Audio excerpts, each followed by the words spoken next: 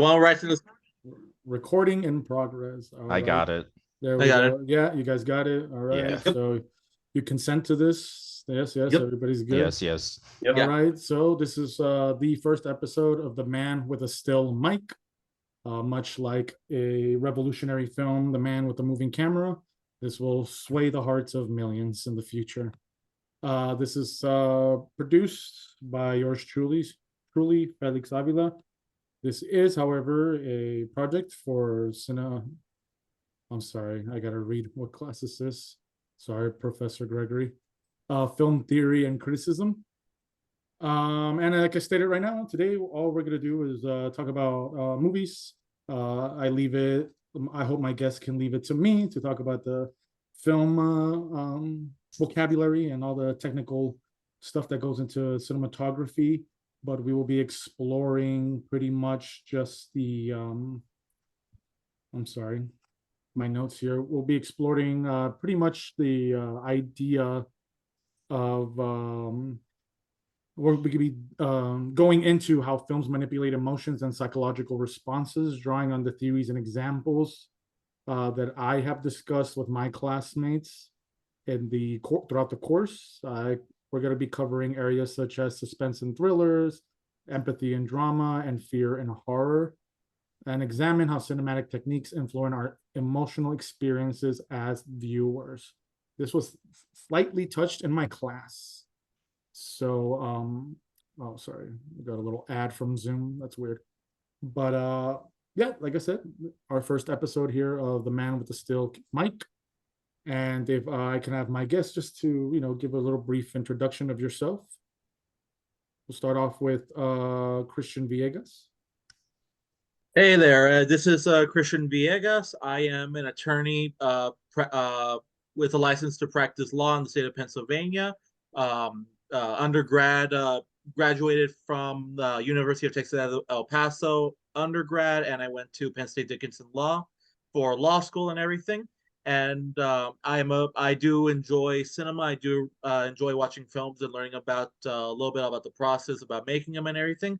And that's why I'm here. And I do want to note real quick that there is a remaining meeting time thing above my clock. So if I time out, I'll try to join right back in if the camera turns off on me. Oh, okay. All right. Thank you. Tom Austin Dill. Hello, I am Tom Dill. I am a video editor by trade. I have worked on numerous short films back home, and right now I am just studying for my undergraduate in paleontology, but video editing is still a part of my life that I still contribute in. All right. And finally, Santiago Macias.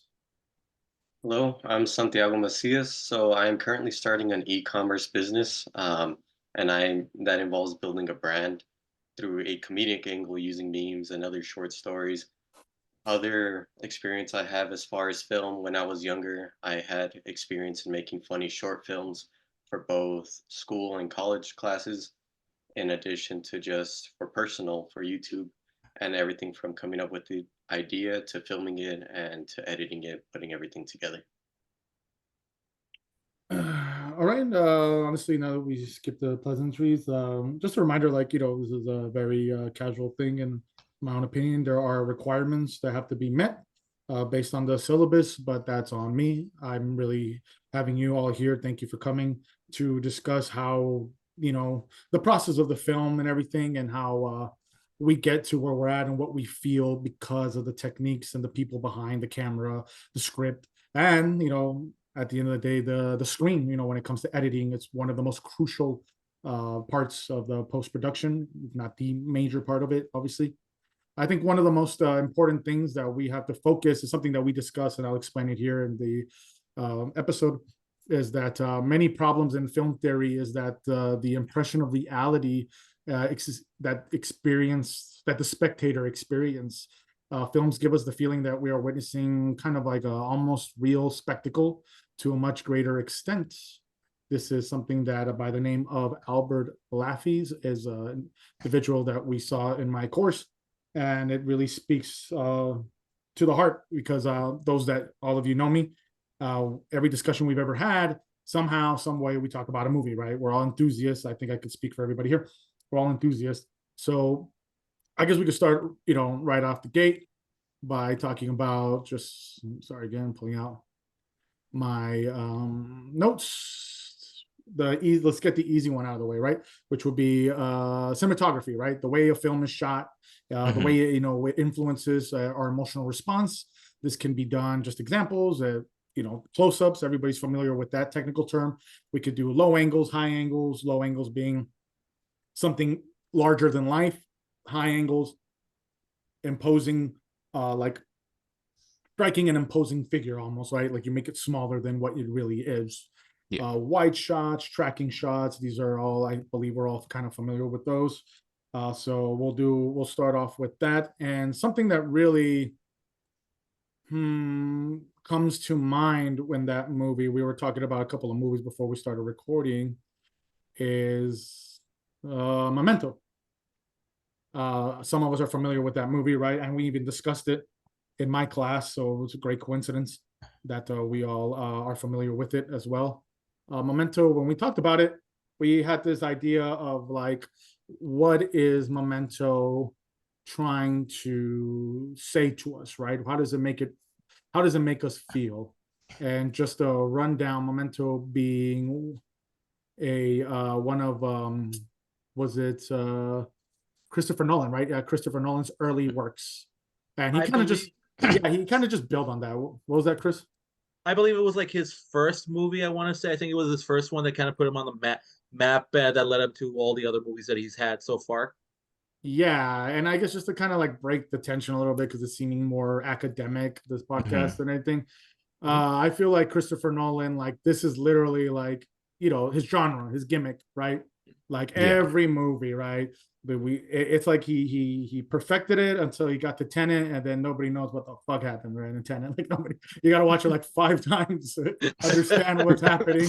That is so true. Yeah, you got to understand what's happening in Tenet, and then you're like, oh, I finally get it. Then even then you don't. You just don't want to seem dumb. You're like, oh no, I get it now. I get it, guys. Okay, but pretty much like I would say that like Memento is definitely one of those films that really uses editing. So it's a good segue. I know we're talking about cinematography, but editing to its fullest extent in order to really get us to feel that thrilling, exciting feeling that we get, right? We don't know what's happening. And it's almost like we're learning with him, right? We're learning with the character. We're almost learning with I don't see him a lot in stuff. Guy Pearce, right? Or something like that. I think that was the main character. Guy Pearce. Yeah. He's been on a few things, but I think as like the main guy, I don't think he's been in a lot of stuff. But as like a side character in most movies, I think I've seen him before. Oh, he was the main villain in Iron Man 3. That was him? Yeah, that was him. The guy, the Mandarin? Yeah, Aldrich Killen. Oh wow, nice. I didn't know. Oh, okay. That he was the main villain in that movie. Like you said, side piece. A lot of work was done around him, huh? That face. I couldn't recognize him, huh? I know, right? But I think Chris, you're most familiar with this film, right? You've seen this film, if I'm not mistaken, or am I mistaken? I'm aware of it, but I do agree with you with the editing process. Like a film can make or break when it comes to the editing itself. I would think and it could be the editing portion of a film can really give somebody like different feelings. One that's like slow moving, or maybe somebody anxiety inducing. However, they're gonna tell the film. I think you Santi knows a little bit more about the movie. He's the one that actually I think saw the full film. I'm aware of a lot of it, but I believe Santiago is the one that knows the film a little bit more than I do. Yeah, I think I watched it with him actually. Yeah, I think we watched it together. Yeah, we did see it together. And I remember upon seeing that movie it immediately got my attention like within the first 10 minutes, because you see some guy died and then literally in the next 10 seconds the guy's alive again, and you're just like, what's going on here? Yeah, but that's the thing.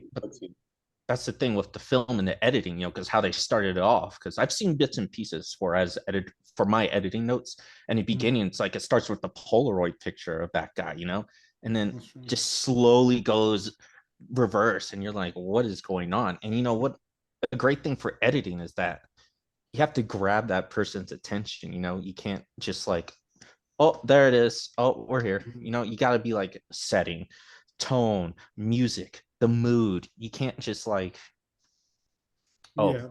you're here now. Yeah, This is what's it can't happening. just be linear. Like it can be really boring like that Yeah. if you're missing all those other aspects you were mentioning as well. Yeah, because with movies in this type of genre too, you got to be careful with that. Because if you edit it in a way, in a certain way, you can actually make again, a type of movie like that, like very slow and just boring, so to speak. It's not going to grab your attention. You're just going to be like, oh, guy's dead.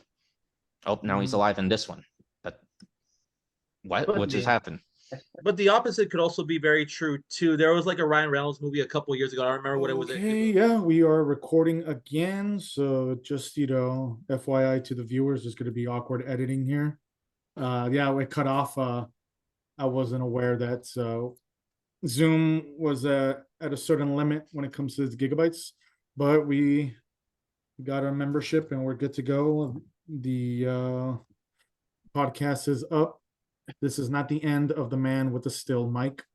The podcast continues. It empowers through all. But we were at Memento, correct? Chris, you had a thought. I hope you still have that thought. Right. Yes, I think we were because I believe Tom was talking about like how some editing can make it so seem like it could drag out and just kind of make it kind of like slow and not really grab the viewer. But the opposite, I was saying that the opposite could have the same effect.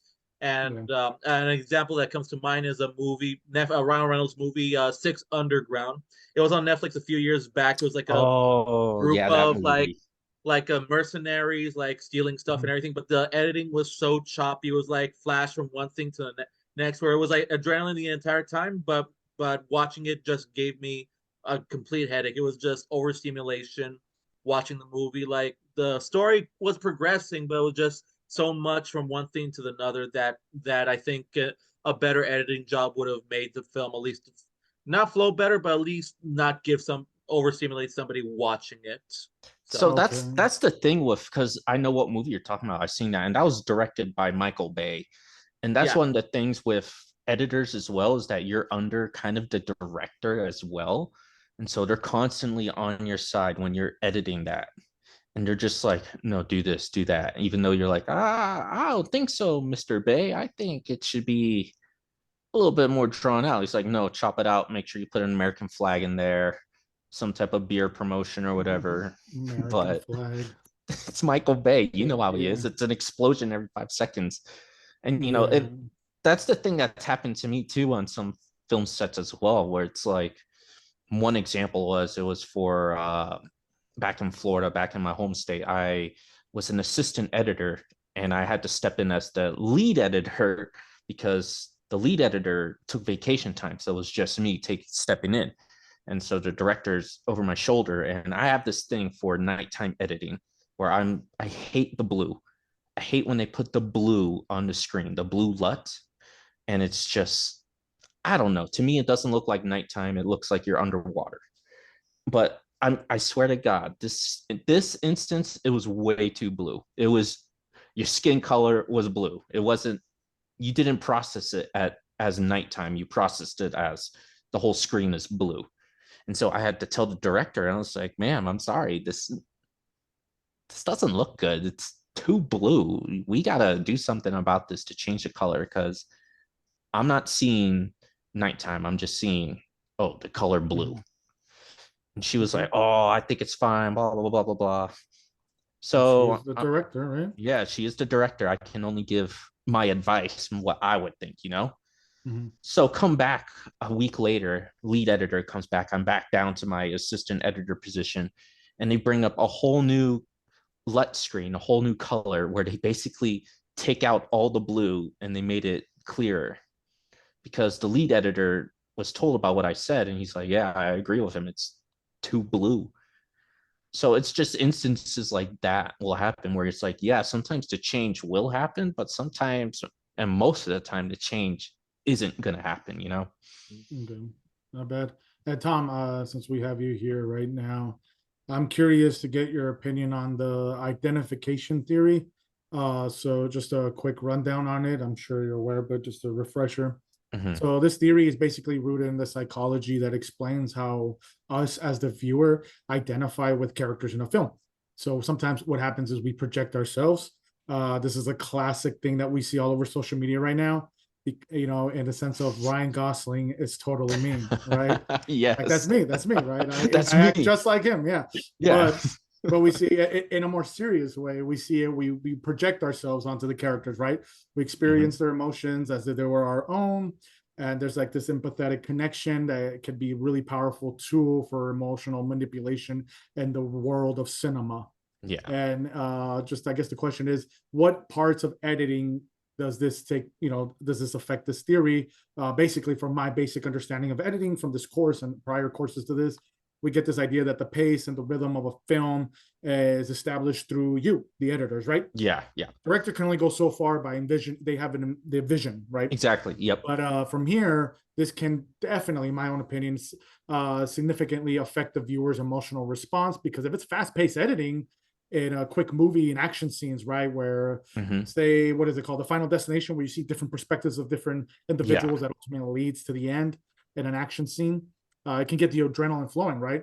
Yeah. But while it also is used in horror films where they might be a shot, for example, I don't know if I think you've seen this film, Tom, which is No One Can Save You, or No One Will Save You, that alien film. Yeah. Yep. Yeah, Yep. where it's like there's a scene basically where you get fixated on one thing and you're watching it, and it cuts back to we did a quick cut back to the a close up of our protagonist's face, and she's looking at the hallway, and then at a corner where she thinks the alien's gonna come out, and Yeah. then boom, we get like a white shot of her under the table where she was hiding, and she was kind of peeking Yep. over the corner, and boom, there's the alien right behind her, right? So basically, the question is like, where do you think that theory fits? This idea that we project ourselves onto this character. How does editing take part in that? I think so. The thing with editing is that that's kind of okay. Well, that's kind of hard to discuss, because projecting yourself onto a character, I believe, everyone does that. And I'm not too sure if that's really Yeah, that's an totally me, editing. Yeah. Ryan Gosling. I don't think that's totally an editing thing, because what we do is we just grab pieces of the film and we put it together. I think that whole projection is where the director, how he's leading the film, and definitely more so the writers and the actors as well, where they make you believe like, oh, that's exactly what I would do. But that's how the actors projecting it and how the writers wrote the script. That's So an interesting take. Sorry, I can continue. no, you're fine. But that's really about it. I don't really think that's much of an editor's thing, because again, we're just putting the pieces together of the puzzle. That's really what our job is to have the script on our side, read the script. Okay, this goes here with that, and you put it together. And sometimes you do have to make a choice between different types of cuts. For example, like how Jim Carrey, he's an actor who will just kind of like he makes up sometimes. Yeah, he's improvising. Yeah. Improvising, yeah. And sometimes you can have like 20 different takes, and it's the same line, but it's said differently or acted differently. So sometimes I think things like that, the editor, under the discretion of the director, of course, is like, okay, oh, I think this will look good in the scene. That seems to fit his character. But I think I could be wrong, but I think that's the maximum we'll go as editors. We can go into the whole, oh, that character's me. That's me. Well, if I may add, I know music is also a very powerful tool that you can use in editing. Obviously, those commercials like with like the shelter pets and all that, those are already sad by itself. But that music that they add to it, it just makes it even worse. It makes it, it hits home a lot Arms more. of an Angel. Same, Sarah same for McLachlan will break your heart. same even like for a character suffering, like they can play a certain song. Like I don't want to jump ahead, but like with Joker, for example, like the violin and all that, whenever it's showing like him getting beat up and suffering, that can also help you just feel more that emotion of what they may be going through. Because yeah, it makes sense if they're getting beat up and it's like a happy song, at the same time, like that. It completely changes the tone of how you're supposed to be feeling for that specific character. Yeah. I would say music is along, besides the footage, but music is definitely a huge factor into what we're editing. Because, again, like you said, if you have the wrong type of music playing, it could just ruin the scene or ruin the whole movie entirely. Like how, what's that song called? But it's basically by the Romantics, like having a romantic song, the Romantics song playing during the Joker while getting beat up. Oh That yeah. just, that would be weird. That doesn't make sense. You're like, we're supposed to be glad he's getting beat up. Aren't we supposed to be feeling for this guy? It's definitely a big important factor.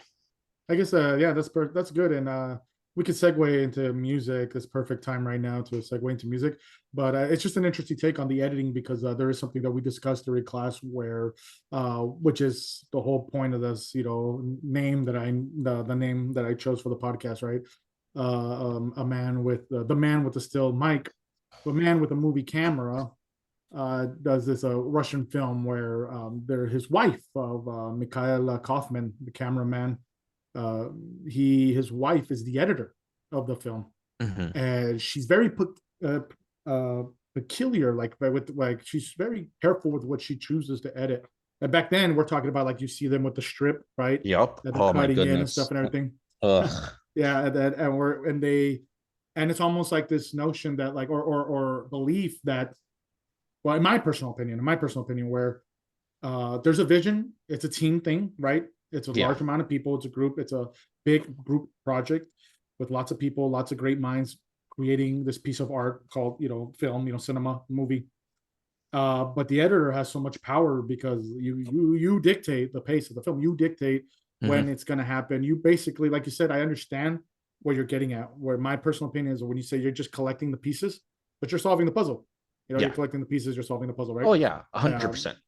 But now that there was a perfect segue to the Joker, a very how do we state, a bold yet controversial film for the time that it came out in. It was so controversial that they had security guards at movie theaters because they thought there was going to be another shooting like a Dark Knight. Thank God that actually did not happen. Yeah, but, you didn't. Thank God. Yeah, but it was something, one of those things, right, where the music it's so powerful in that film. The editing, everything comes together so well, and you would never expect it from this era where we're in the superhero film era, right? Like, there's so many superhero films and remakes of superhero films, and here comes the Joker, where I did not expect that. I did not expect getting that kind of movie, right? From Todd Phillips, director. Is that correct? Todd Phillips? Todd Phillips, right? yep. Yeah, The Hangover. Who the hell would have thought that this man would go from The Hangover to something that can be discussed now, that could be discussed in the class, where you're analyzing every movement, every the cinematography of it, the lighting as well. The lighting was magnificent in that movie. It really dictated a lot. Oh my goodness, yes. But we'll get to that later. But the music, I know our buddy here, Christian, is a very, very big fan of music and movies as well. So I really want to get your take on that, kind of just segueing into music by, I guess, just bringing up the fact that when it comes to music, it can really dramatically influence the mood of a scene, right? If it's a suspenseful score, it can create a tension. If it's a lighthearted tune, it can evoke happiness. And a lot of this music in the Joker, and Todd Phillips' The Joker, is if I'm not mistaken, the term is diegetic, right? Where it's like the music, we hear the music as an audience, but the character doesn't in the movie. That's what basically, and so a lot of the music, at least. But it's weird though, right? Because it's and I want to get a take on Santiago as well right after Chris. We'll start off here. He dances like he hears it, especially when he's on the stairs, right? Like he Is it non-diegetic or is it diegetic? Like, do we hear it in the scene, or is the character hearing it? Is Joaquin Phoenix, I don't remember his exact name. Arthur Fleck. Was it I don't. I Arthur. don't. Arthur. Arthur Yeah. Flynn. I don't know if that's a. I'm not Like, familiar if that's the actual name of the Joker, because I know he has multiple names, like like yeah, John Doe as well too. Like I think that was Jack Nicholson's, right? His name was like, what was it? Joe Chill. Joe Chill. Joe Chill, Joe Chill. Yeah. But anyway, back to the topic. Yeah. Yeah. Like he dances, like he can hear it, like he hears it, right? So are we in the perspective of his mind? But I want to keep it on psychology and how it invokes our emotions. So Chris, if you could just tell us the emotional part of that film. I know you're a big fan of it with the music and everything. On your thoughts on that, especially pertaining to sound, I would appreciate what you think. I would love to hear that. Right, absolutely. And I think when it comes, well, I want to attack before I get to the sound. I do want to tackle that for, and one reason or another why, a little bit of what Tom was talking about in terms of the audience connecting with the character a little bit. I think that's where a little bit of the controversy with the Joker is that in the movie there's a lot of messages, about the little guy getting stepped over and everything, and people connecting. Oh, that's the Joker, but then you realize, wait a minute, that's the bad guy. It's the guy who's causing havoc. He's the one that's causing all this mayhem and everything. So that's like, and because that's in the role for the director and editor, and also for the actor as well. That's what you're trying to connect with the audience, as well as what the writer wants to do is try to connect, bridge that gap between the audience and the character. Even though you may not be, if it was you, if you were in the movie, you'd be like, yeah, I'm not agreeing with this guy at all. But as an audience member, you could kind of sympathize with the character, sympathize with what they're going through, especially somebody that might have a mental disorder like Joaquin Phoenix's character did in the movie. Now, to get to the audio part, to the audio and musical part, I believe that's something that really does invoke a good sense and really does influence how somebody looks into a movie, how somebody reacts or feels emotional in the movie. One particular scene that comes to mind was, and spoiler alert for anybody who hasn't seen the Joker at this point, is close to the ending where Joker is on the set with Robert De Niro's character and everything. And at the beginning, it's kind of quiet. It feels like you're in the audience when the talk show is happening, where he's just reading jokes off his book. It's kind of awkward. It's like, this is kind of weird. But then there's becomes that confrontation between Joker and Robert De Niro's character, and you start hearing that little buzzing sound that you've been hearing, like it's sporadic parts in the movie where something's going to happen. And if by itself in the scene, if it wasn't for the sound, it would still be tension filled. But with the add of that small sound, it's nothing really too big. It's not like a John Williams score or anything like that. It's just a simple and then it starts increasing. And then when it gets to the crescendo of, again, spoilers, Joker just shooting Robert De Niro right in the face, there's a big drop off or a big bang at that point. And without that sound, yeah, it's still shocking. Absolutely. You feel like you're there. But with the adage of that particular sound in the movie, with that audio, that it influences the audience to feel unease, to feel scared that something big is about to happen, and it hits it right there, and it just adds more to that. And that's something you could see in a lot of films. I think if I could go off a tangent, a master at this is I'm not going to say the main company, but Pixar is very good at doing that with their songs and their music and everything, and invoking that sort of like scenes by itself quiet, like it has an impact, but then they always use some sort of song or music in certain parts to evoke some sort of feeling, like of sadness, of hope, of bravery, of fear, and so on and so forth.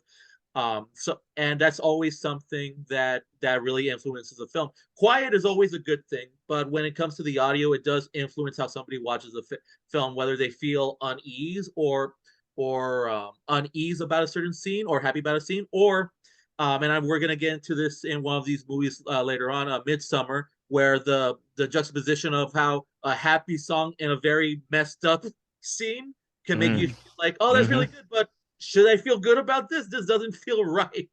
Yeah. I don't know if that answered your question on that one. But, it does, and we're still lingering because we're just coming off of it too. But that scene in the Joker, so you have the music playing, you have that eerie noise playing, right? The crescendo coming in, right? But another thing is the editing. There's cross cutting. There's cross cutting where it's Robert De Niro's character and then we go back to Joaquin Phoenix's character, and we're going back and forth. So we start building that tension, right? Like, okay, the camera comes over here, the editor, does a cross editing, right? It's not panning the camera, it's cross editing, right? So Well, we got one camera here, one camera over here. Yep. When they filmed that, that was also the intention to add that type of tension going as well. But the way they did that as well as they filmed it like a show, like an actual show. Like you're behind the camera and it'll be like one camera is aimed at the audience, at the interviewer, and the other camera is aimed at the interviewee. Yeah, and so that also added to the impact of like, oh, I'm actually part of the audience, or I'm watching this from home, like as if it's a real program and not just part of a movie. Yeah, of course, that's what it is, and that really does tap into like what my question was, like the music and sound. Obviously, there's a huge theory where music and sound is a strategy, right? It's a strategic tool, excuse me, that to use music and sound to kind of significantly influence the emotions, right? Mm-hmm. And then it can evoke specific responses. And I like that you used Pixar, right? Is Toy Story Pixar? I'm not mistaken. Yes, it is. If my professor completely watches this, he's not going to be happy. He is a big fan of Toy Story. And I'm not a big animation guy, but Toy Story is top 5 there for me. Obviously, Toy Story does such a good job, right? It's almost like I don't know what it is, man. Like, I'm not a big animation fan. You guys know this. I'm not a big animator, right? Yeah. Like when it comes to like movies like that or even musicals, right? Obviously, that has a lot to do with sound. But there are things that I watch, and I'm like, like quick brief before we get to horror, right? What have we discussed? Memento, kind of thriller. Maybe we'll get to Jurassic Park and horror. But anyway, Singing in the Rain. What's up? If I could interject one more, and I think I want to hear Sonny's take on this, and it could kind of connect a little bit to the horror thing. Go for it. I think there's also like one very, very, very, very good example when it comes to like audio, like cues for somebody to do something, and that's the jump scare. I would think there's always like that one beat, like the bum and bum, that even if there's nothing going on, it invokes like that reaction of somebody to be frightened at that point, even though there's nothing there. Like it's what you get in like bad horror movies or really good horror movies, is just that like that two notes like bum bum or something like that really gets somebody to jump in their seat without anything.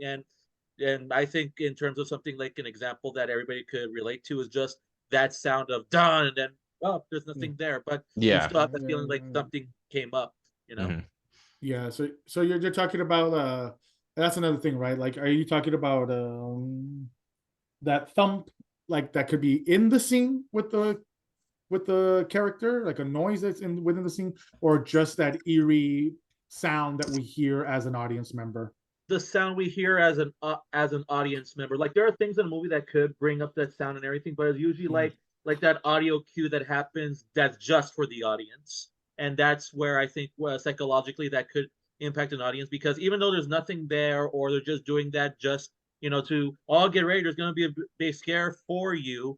That's something that I think a lot of people really are not really a big fan of the jump scare, because they do that and there's nothing that is happening at that moment. So the non-diegetic sound, like that we hear as audience, not in the world at which the film is taking place in. Correct. Okay, I get it. That does help. Like I always felt like that was a cheap shot though in a lot of films. Like I always thought, because sometimes it's used well, right? And then other times you're like, God damn it, like they got me. You're like, you just kind of expect them now, and honestly, you just expect them like once in every horror film. But that's because it's so repetitive. It's being used so often. But it's still audio strategy that really clicks people to go like, oh, okay, that's all right. It's happened already. Yeah, I get it. And I guess since we're on the topic of horror films, one that we were discussing, like, what kind of movies could we talk about before starting the episode, is definitely Midsummer, right? Midsummer is definitely a film that I believe is unique in its own way. It is is it horror? I feel like it's more psychological thriller. Yeah, it's more psychological thriller. It's not really a horror. But I mean, like I said, we're trying to dig deep into the psychology of film, right?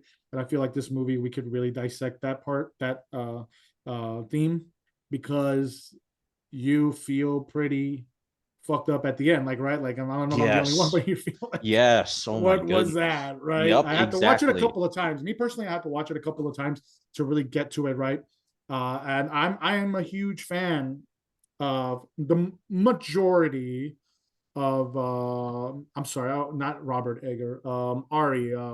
Yeah, I'm sorry. I always get Robert Ari Aster. Edgar and mixed up, yeah, with the director for this film. I'm sorry, I'm looking up right now. Anybody know? I always forget his name. It's not Ari Aster. Was it? Was it Midsummer director? Hold on, I'm Googling it right now. Yeah, I was getting confused. Those Ari Aster. Ari Ari Aster Aster. There we is Yeah. go. the director for Midsummer, Hereditary, The Witch, and then Robert Felix's Edgar Felix's is favorite, something about the Johnsons. no, that's I couldn't get behind that film. It is unique in its own way, but I couldn't finish that film. I apologize. Couldn't finish that film. Yes, I am very close to my father, but not like that. Not like that. Not like that. Very disturbing film. But I'm always confusing Robert Eggers films with Ari Aster's films. Gotcha. Yeah, Robert Egger being The Lighthouse, The Northman. Oh, The Lighthouse was really good. Yeah, but anyway, back to Midsummer being Ari Aster's film that was directed 2019, correct? And just a quick thing, was A24 as prominent as it is now back then? No. Around that time? No, right? Like No. A24 was still No. kind of like, Mm-mm. the independent kind of, we're almost there kind of, It- Yeah. It Yeah. kind of still is, but it's just like have been having more bangers these last couple of years than they have previously. Yeah. We're gonna end this with a film that I think covers everything psychologically, and it's an A24 film. I think you can already kind of assume what film that is. But Midsummer, psychologically how we are affected by films and its techniques. Let's get into that. Ari Aster starts the film. How? Anyone want to remind me? I'm sorry. Oh, I know. Basically, he starts off with the death of Florence Pugh's family, that actress's family in that movie. Yes. And it was very disturbing because I remember watching it, I'm like, Jesus, the editing. I was like, it just makes you feel creepy. But basically, Florence Pugh's sister in the movie gets these masks, turns on the car in the garage, puts a tube on the car exhaust, brings it up to her parents and the sister's face. So they die in their sleep because they get that poisoned from the car exhaust. Oh, I was muted. Yeah, that's true. Yeah, I remember now. And then, of course, it leads to it's been so long since I've seen that film. If I'm not, correct me if I'm mistaken. They're going for her Florence Pugh's boyfriend's. Yeah. You want to take it from there? Yeah, just a recap. Yeah, for her boyfriend's buddy, he's going, I guess it was for summer vacation that they were going out there, and he was doing like his traditions. I think they had to do some sort of study out there as well. Yeah, So it was. Yeah, it That's was. what it was. he'd Yeah, be studying I don't know what they were calling it at the beginning of the movie, but it's a cult. It's a cult. Let's be frank here. It- It's one of those it- things when you It see is it, a cult. well, Yeah, they said yeah. that's what they were calling it at the beginning. But yeah, they were going to go study his Yeah. cult, and well, eventually, slowly, everything starts unfolding. Hey, does Mhm. that character who brought him in die? I don't remember. I don't think he dies. I think they No, all- he doesn't. Oh, they're the ones that get out. They're like, screw this, we're out of here. No one gets Oh. out. No one gets out. But I'm pretty Oh. sure the guy that we're talking about right now, he doesn't die. I just can't Oh. remember. The one that That invites them. introduced them Yeah, to the one who invited them. Yeah. Yeah, no, he doesn't die. Okay. Okay. So we got the rundown of it. Yeah, I remember that movie. I want to say so the lighting was natural lighting, right? The lighting was natural lighting. It Mhm. was done outside. It was we're talking about a movie where I believe their set wasn't built per se. Maybe the cabins and the log and like the log cabins, and then that creepy little house where they do their annual burning, whatever, witch burning, whatever. Yeah. but most of it was done in that field, right? Like it was done in that field. I'm not sure exactly where. Most of it was all natural lighting, but Uh-huh. I wouldn't doubt with the close-up shots that they'll probably have someone with a light just hanging underneath them, just shining it on their face so they can have a little bit more Mhm. visual. Yeah, that to me, I feel like that film. If I'm very like bits and pieces here, but I think Yeah. there was a lot of color grading, right? Where the colors invoking different emotions, maybe. Yeah, Oh, yeah. yeah. I noticed that with the colors popped, and that's an editing thing, it just Yeah. the flowers, Oh especially yeah, the yeah. I remember the flowers vividly. They were very pretty. You would notice Yeah. the pinks, the whites, the yellows. You'd notice those colors a lot.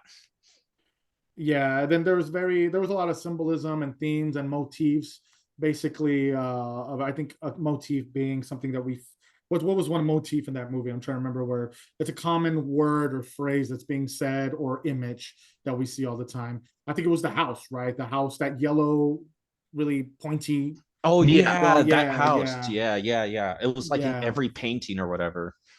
Yeah, yeah. Then I guess for the emotions, I don't know how I feel like psychologically. I believe that when I finished watching this film, I saw this film where it was very disturbing in the sense of like, I think anyone can end up like that, right? And any one of us can end up like that because there's this cult personality where they prey on somebody who is maybe not all there at the moment, right? And Yeah. so people can Yeah. do that to us. She was clearly they made us feel great with the acting and the writing where Florence Pugh, we understood that she was not in the best relationship, right, with her boyfriend. Mm-hmm. And this was done, I think, pretty, no, not pretty good. This was done well through, let me get some more light in here. This was done well through the acting, right? Florence Pugh, I think, carried that movie. Oh yeah, I'm not sure about 100%. Adam Warlock, but everybody else, like, what was that guy's name again from We're the Millers? Adam Warlock? Jack Renner. Jack Redder was that his name? Oh, Will Poulter. Will Poulter. Will Will Poulter. Poulter. Yeah. Will Will Poulter. Poulter. I forget that he's in that movie, and he's I like, forgot I forgot he was in that movie yeah, too. Well, to be fair, he didn't last long in the movie. he was pretty dumb. Was he the one that died because he was like, "Hey, I gotta go pee," and Yeah, he Yeah. peed on the sacred tree. peed on Yeah, the tree, that's right? right. Yeah, he didn't come back. He peed on the sacred log. He peed on that sacred log. To be fair, though, no, I would have never guessed that was the sacred log. It's just in such a random, place, like so inconvenient. But I really want to touch on that Midsummer part because I feel like we have a lot to dissect there, where there's a lot of, I think, also culture and social context in that movie that influence maybe the emotional responsive of many people. I personally talk about this film with my sister because my sister personally, through her perspective and her personal identification, to gender, she sees it different than I do. Where she sees it in the sense of like that is a horrific movie, but she understands Florence Pugh's emotions. Whereas me, I don't necessarily understand her emotions, but I could see them, right? I Yeah. reciprocate in that sense of like I'm receiving them, and I'm as an audience member, I am emotional to see somebody so distraught and broken. I then through all that somehow maybe finding relief, I mean, you but know?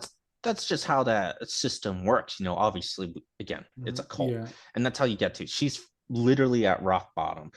Mhm. All her family's dead, basically. Her boyfriend is terrible. Her relationship is terrible, and then she finds this sweet relief in this cult or whatever you want to call it. I don't care, but she finds acceptance in this cult where she hasn't Yeah. seen before, and that's how they sink you in. They make you feel important and high and mighty. And so Yeah. that's where I can understand your sister's coming from, because I understand. When I watched it, I understood. I got her emotions. I felt her emotions. I understood that, and I understand how she got to that point, even though it was obviously wrong. Yeah, and I guess what I'm saying is more like, again, when I mentioned the cultural and social context, especially within that movie for it's what, 2019 that movie came out? I think so.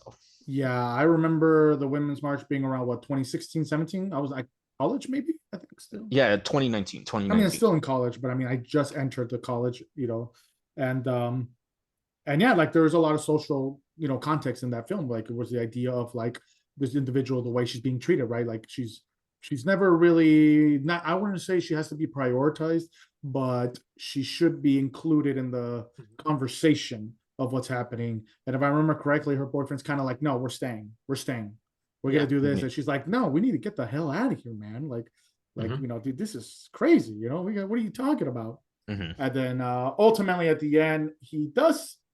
I know there's some. I had this discussion with someone saying, "Oh, well, he was drugged and this and that," but he does ultimately succumb at the end to his you know Desires. needs, his desires. Thank you. Yeah, his Yeah, desires, yeah. which ultimately shows Florence Pugh that there's no trust. There was never any trust. Like this could have.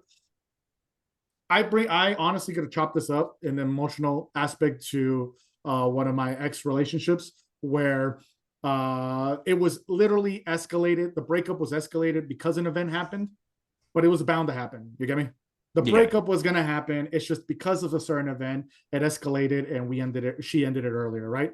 And it's one of those things where she could have dragged on being miserable. Her family was, died, and then she was all alone, and she had these friends and this relationship where it was miserable almost, And because of this event, it just escalated to the point where it ended quicker in a Mm. very horrific, gory way. But it shows I she found sweet relief. I wouldn't call it gory. I would call it, I guess horrific would be a word, but I guess it'll be Gory. more what's a That was better pretty word? gory in the beginning, right? Like In the yeah, in the killed people beginning. that killed themselves. Okay, yeah, There you are got me gory there. parts in the movie. Yeah, yeah, yeah. Yeah, I was in regards to the ending. I was in regards to the ending. It wasn't that gory. It was just more unsettling. That's Barbe- what I was working for. it was barbecuey. Barbecue. Yeah, Barbecue. barbecue. That's that. Okay, yeah. That's not bad. A24 has been killing it though lately. Oh yeah. They've always been killing it though. Let's Mhm. be real. Yeah, they have. There was something I wanted to discuss about that aspect. I'm sorry, I'm just looking over my notes real quick. You're good. Uh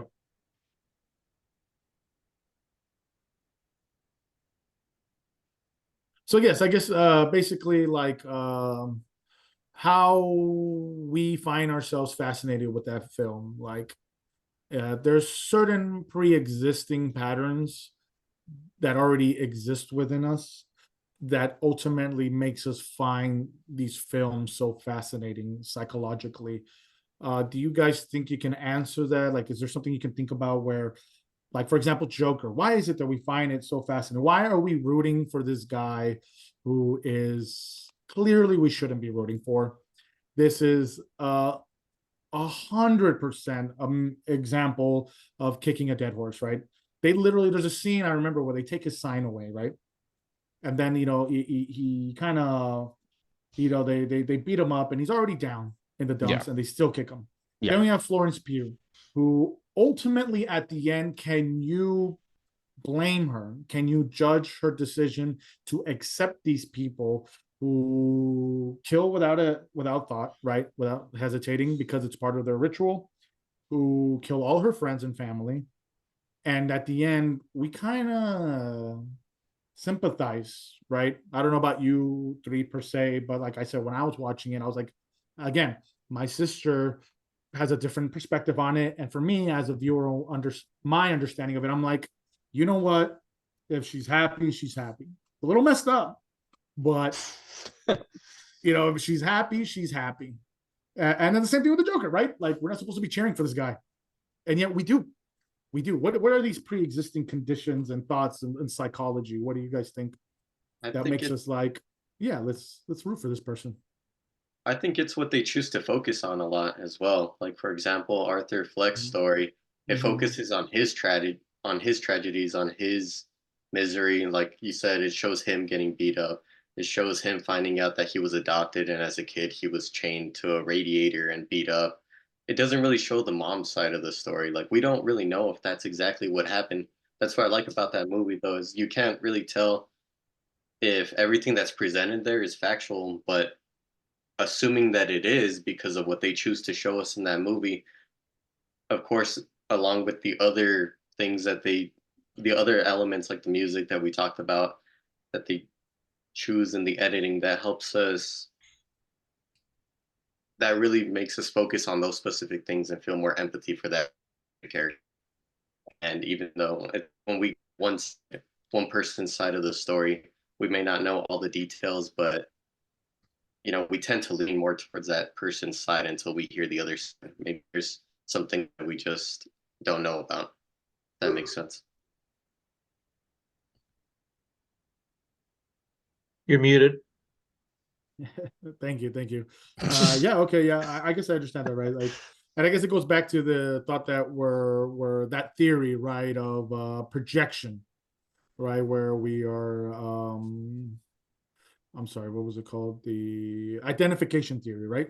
Yeah. Where we're projecting ourselves onto the film, and sometimes we feel that way, right? The world is turning against us, and I feel like people don't understand me, and therefore Arthur, like, and then I guess that's where it comes to the controversy, right? Where we're going to stir up the quote, back then, the crazies, right?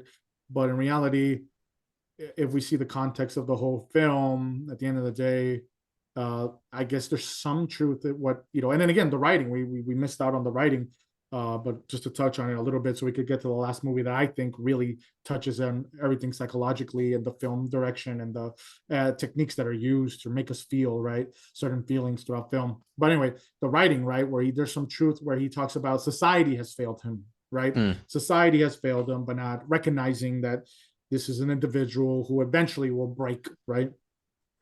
Yeah. And there was one thing that there's a mirror neuron theory that I found, where it's the mirror neurons are brain cells. I'm reading it off here. The mirror neurons are brain cells that react not only when we perform an action, but also when we observe someone else performing the same action. In the context of film, when we see a character expressing an emotion, our mirror neurons fire and we may begin to emphasize to feel similar emotions, right? This idea that where we see Arthur Fleck maybe beat up the school bully, right? And maybe we were bullied back then, right? And so we begin to think like, well, they deserved it, right? They deserved it because sorry, there we go. It's the only light I have in my laptop right now. They deserve it because they brought pain upon me and other people around the world, right? Not necessarily true, in my own personal opinion, right? But there is some truth in that theory where we believe the mirror neuron theory, where it's like we see an action and we're like, that's always what I've wanted to do. Not the Joker, maybe some cool action movie, some cool action movie, the romantic comedy, right? Yeah. Just go and ask around. What's the worst she's gonna say, And you kind of imagine like, or you know what? Better yet, the drama, right? The dramas of soap operas and novellas, right? We fantasize that idea where that's the life I've always wanted to do, the actions I've always wanted to take, right? And but we can't. We're GTA 6. We can't commit those crimes, so we play the video game, right? So we play yeah. Maybe there are deep thoughts within us that we want to do, but we can't, right? We cannot. So we gain the satisfaction out of a film. And I guess to close it off, because I know you guys, thank you for your help, but everyone's busy. It's getting late. And I hope we could really get into this one because I feel like this hits everything when it comes to music, and it's swept in the Oscars as well. When it comes to music, when it comes to writing, when it comes to evoking our emotions, really provoking us to feel. This movie to me is one of the top films of all time, and that is an A24 film, Everything Everywhere All at Once. That is a movie that's really we didn't talk about it in my class, surprisingly. I think we might have had a few discussions. I missed like a couple, but we did have the discussions. Maybe they had a discussion about it, but that movie really does hit home, right? No matter what you are, no matter who you are, no matter how you represent yourself, there is something there for everybody. It makes you laugh, it makes you cry, it makes you think, and definitely an amazing movie, definitely an amazing cast, director, writer, everybody really hit it off the park there. And I think with that being said, I want to focus maybe more on the idea that there's like a flow theory, right? In the context of film, this theory relates to how we as viewers completely are absorbed by a movie, and this is one of them. This movie really had that flow, right? We were engaged in it. I believe everyone has seen it here. I know I told everyone here to see it multiple times. And we Yes. told all of each other to see it whenever. But yeah, wow, this movie. I mean, it really does practice, like me hoping to get into this business. That's definitely a movie that I will study over and over and watch every time I get a chance. I don't know if anyone wants to take it from here. Again, really the psychological feelings of this movie, you know, whether it's the music, the lighting, the costumes. I know we touched on it with Florence Pugh's Midsummer, her flowers, the color grading, all that stuff, right? The writing, the lighting, you know, something I desperately need right now. But yeah, definitely is a amazing movie. Anyone want to start off on that? I What do we think think? I would say I want to see I want Tom to go first on this because the editing in that movie could have gone so wrong so fast, but somehow with the several scenes from different universes and everything, I would think that editing had to have been key to make sure this movie had the flow that it really did have. I would think. Yeah, and the props, right? Yeah, everything that went up those butts is key to that movie. Oh yeah. That movie would not have been as good as it was without hot dog fingers. I'm just gonna put it out there. Yeah. I do agree the editing in that film was, I thought it was amazing. I thought it was mind blowing. Not only with, you know, with the CGI and, you know, I know how all that stuff is made. You go into Adobe Acrobat, edit it, put it together, and then you go into After Effects and put those effects in there.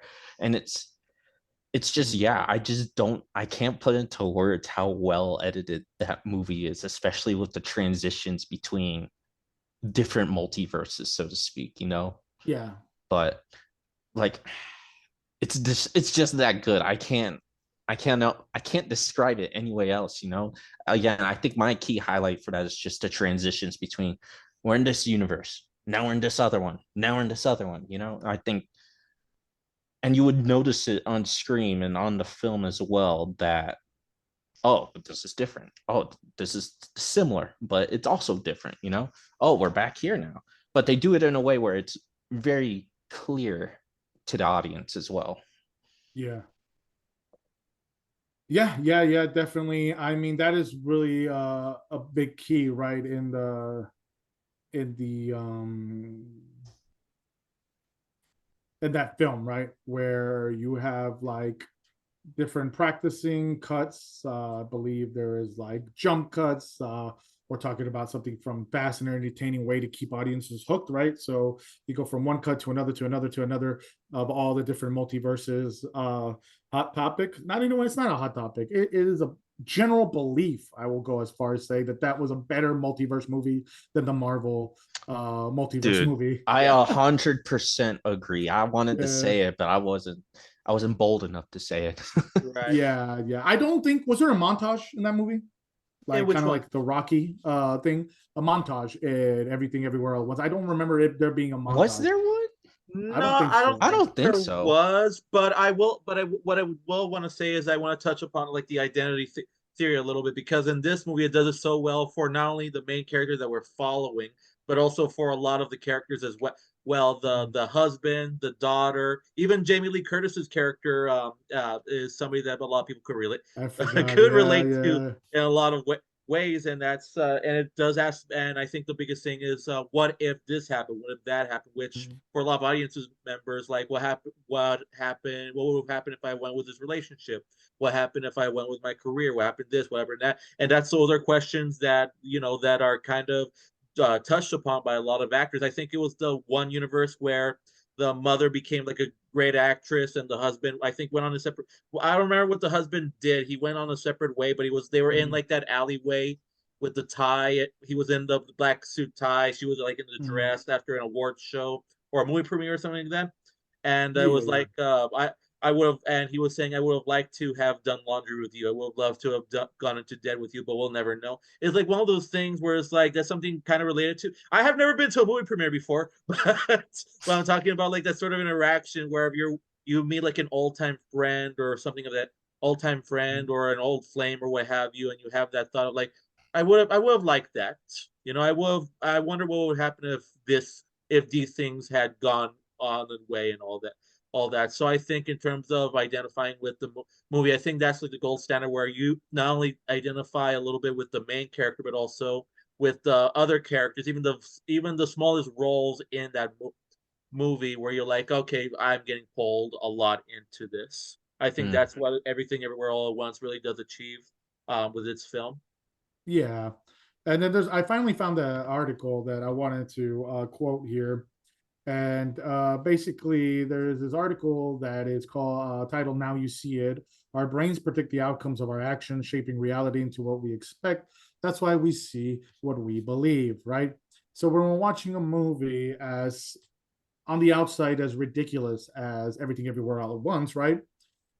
There is this quote here that I'm going to read off, that in the 19th century, a German polymath, Hermann von Helmholtz, proposed that the ill-posed problem of generating reliable perspectives of ambiguous signals could be solved by a process of unconscious interference, where observers use tactic knowledge of how the world is structured to come up with an accurate visual image. Over the decades, this idea filtered into cognitive psychology, especially through the perceptions as hypothesis concept put forth by the British psychologist Richard Gregory in the 1970s. Gregory, the British psychologist, he likened the process of sensory perception to the scientific method. In the same way that scientists will interpret evidence through the lens of their current theory, the scientific methods, hypothesis, practice, and then, conclusion, paraphrasing the whole process there, but basically that, summarizing it, our perceptual systems can contextualize the ambiguous evidence they receive from the senses based on their own models of the environment. The way I interpreted this, because I had to do a little quick report on it for the class, was that pretty much, I guess we talked about it, right? If you're watching Everything Everywhere All at Once and you are having issues with your parents, you will focus on the fact that your character is having issues with the parent, right? If you're watching Everything Everywhere at Once and you're having an identity crisis, you will focus with the mother, right? If you're having issues with, say, what could it be good for the father? I guess just you're losing someone, right? You'll have, yeah, you'll get close with the father. There's all these characters, right? You're chuckling. Is there something funny there, sir? I just said something about the Johnsons and you just rolled with it. So. The Johnsons. Yeah. Oh, I was waiting. Like, did he pay attention to that? Asters and the Johnsons. If there's a problem with the father, you go with something about the Johnsons. So like, okay. You're the one that rolled with it. You're the one that went with it. You did roll with it, dude. Yeah, but I would say, let's say Goofy movie. Let's say Goofy movie for the portion of the audience that's like, what's so funny about the Johnsons? It's about it's a family picture. That's all you need to know. It's a very close family relationship, I guess you could say. Yeah. But I guess and then we see, and when it goes back to one of the big films that we're discussing a lot, is the Joker, right? Like if you're, and we've all been the underdog, right? We've all been the guy that's been discontinued, the guy that's been counted out, and we see that film and we root for a guy that we shouldn't be rooting for in the first place. And even then, there's a horrific scene on top when he kills somebody and smashes their head within the door, right? The door frame or whatever. And yet we're still holding out. We're still holding like, no, he's not that bad of a guy. Okay, that guy was an asshole. He deserves it, right? Like, but that's questionable, right? Yeah. But it is this article that we talk about where it's like, it's very interesting in my opinion, where when we see and we make out to be like, because that was a goofy movie in the outside, Everything Everywhere All at Once, not the Joker, right? Everything Everywhere All at Once. It's a really goofy movie, but we understand, right? When they're like the fingers, it makes us laugh, but in reality, that's what Jamie Lee Curtis was looking for, right? Made her character this dull life that, the 9-to-5 job, and maybe she goes home and she's alone, and even such a character, like a side character like Jamie Lee Curtis, we at the end feel that, right? We grow close to that, and everything works so well in that movie. The music, the score, it hits when you least expect it. The writing, The characters, the acting, everyone was casted so perfect. And then what else? What else? The editing, and I think I covered the music, right? Yeah. Pretty much. The music was really good. I enjoyed the music there. I don't think it won that though in the Oscars for music. I don't think it won that. It was just Best No. Picture, maybe I think direction, Best Actress, Best Actress, Best Supporting Actress. Best Supporting Actor. Yep.